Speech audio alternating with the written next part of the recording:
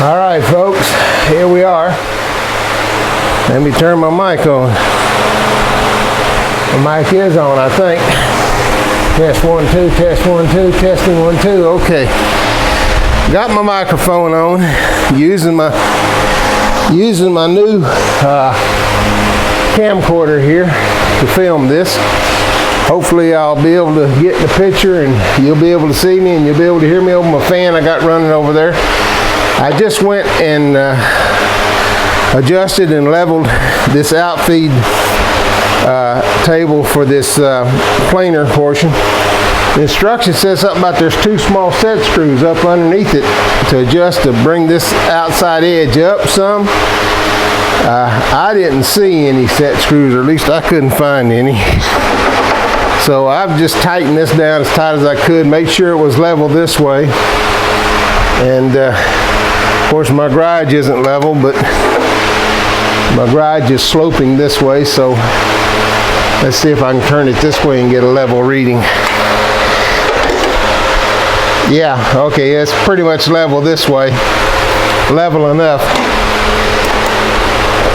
Now the next thing I need to do is to adjust my knife height and all that stuff, and I've got to sit here and read in the book a little bit about how to do that and try and get that done. I'll do most of that off camera, and then when I've completed it I'll come back and show you what I've done.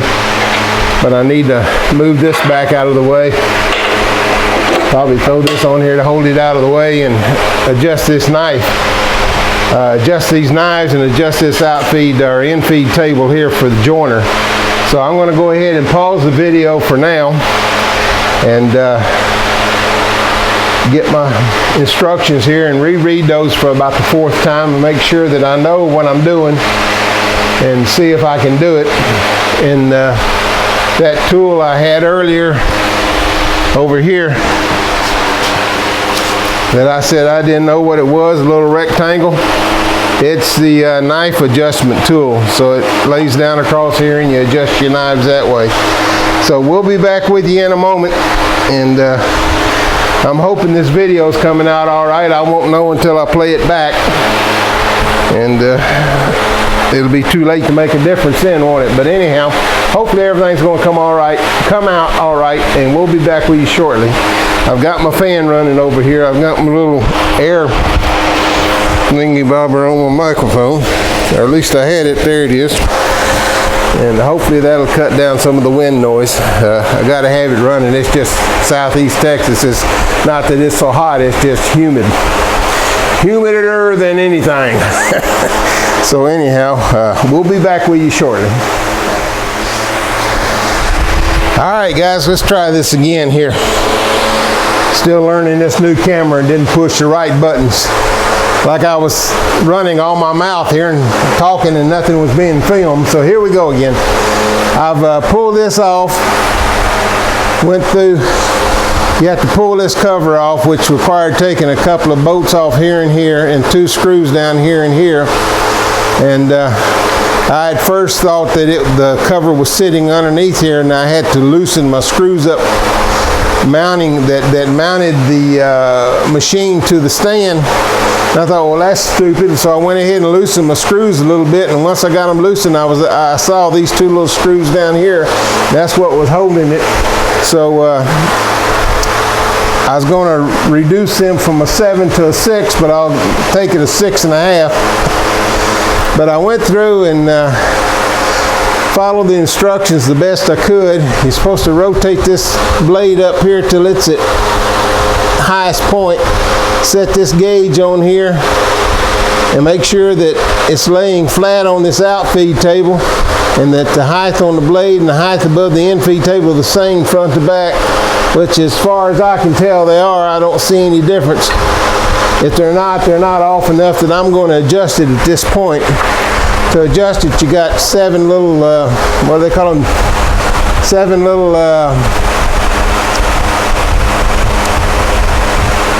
screws. I forget, I can't find them right now real quick. But anyhow, you got to loosen those 7, and then there's 2 jack screws on either side here that you got to screw to raise and lower the blades. I don't think it's off enough or down enough for me to worry with it right now. I'm just going to leave it set as it came from the factory and call it good. I'm going to go ahead and put this thing all back together now, and we'll try and cut some wood with it. So I'm going to go ahead and pause my filming again while I put this cover back on. It's down here. It just slips back on with 2 nuts here and these 2 screws down here. Now I'll get that done. I'll come on back to you and we'll see if we can plane some wood. So I'll be back in a moment. Alright guys, I'm going to have to adjust these blades, the heights. I didn't want to do this, but I guess I'm going to have to. I tried running the board across this thing to cut, and it wouldn't cut anything. So I'm going to go ahead and pause the video while I do this adjustment, and I'll come back when it looks like I've got something that's going to cut wood. So apologize for the little short clips here and the many interruptions, but hey, it's just what happens when you're trying to figure something out, I guess. So I'll be back with you shortly.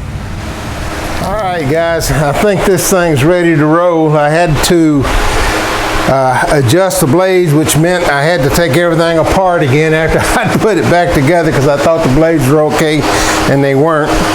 I've done a test run and it carved. This is not a real rough piece of wood, but it'll use for demonstration purposes here.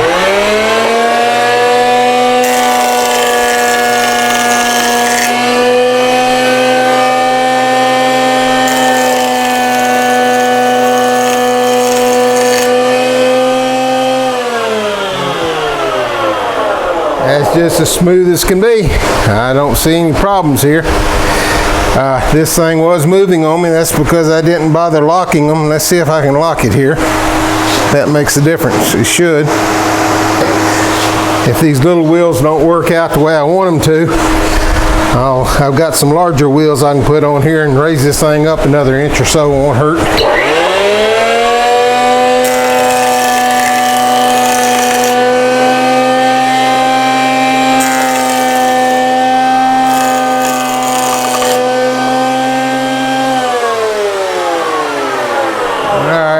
The little wheel's going to have to be changed out, it looks like. But that seemed to work pretty good. I've got some push pads here someplace. Here they are. Let's try this thing on the flat and see what happens.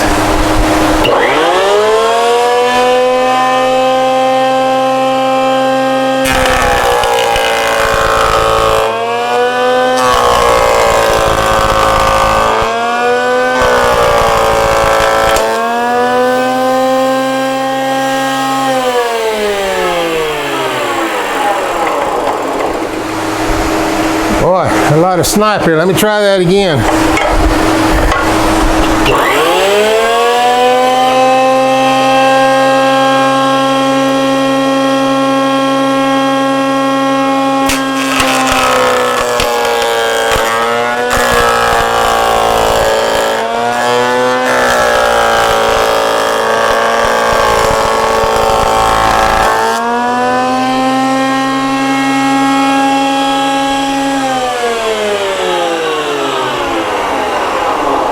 Well, that's a little better. I think a lot of it's me. One, I've got to either go with the bigger wheels on this thing or just forget about the wheels and just move it.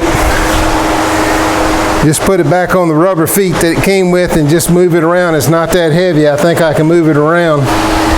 But I was getting a little snipe in here. And I don't know if that's because the machine was moving on me or not. On the edge, when it edge planed, it did just fine, but flat plane, it didn't do so hot. But okay, I'm going to call that a fix. At least I got the blades lined where they're cutting, and I think the machine's going to work all right. But what I need to do is come up with a more solid foundation on this thing. Maybe my mobile My mobile wheels here weren't the best idea. These little wheels I'll try. Before I give up on the mobile wheels idea, I will try the larger wheels that I have. And if that don't work, I have got the rubber feet to this thing somewhere over here. They were here a minute ago. Okay, my right-hand man just informed me she put them away. Everything in its place. Not where I left it, but where it should go, I guess. Anyhow, I thank you, and this will be the end of this here, this here. Jeez. Like I was from the south of the hills. Anyhow, that's the end of this video, and the machine's working. I haven't tried the planer part of it. I'm not going to worry about that right now. I bought it for the 10-inch wide surface to joint with. The 10-inch planer capability is just an extra added bonus. I do have a 12-inch thickness planer that I'll probably use most of the time that I'm doing thickness planing. But I wanted again to reiterate the wider tabletop here, the wider joiner capability.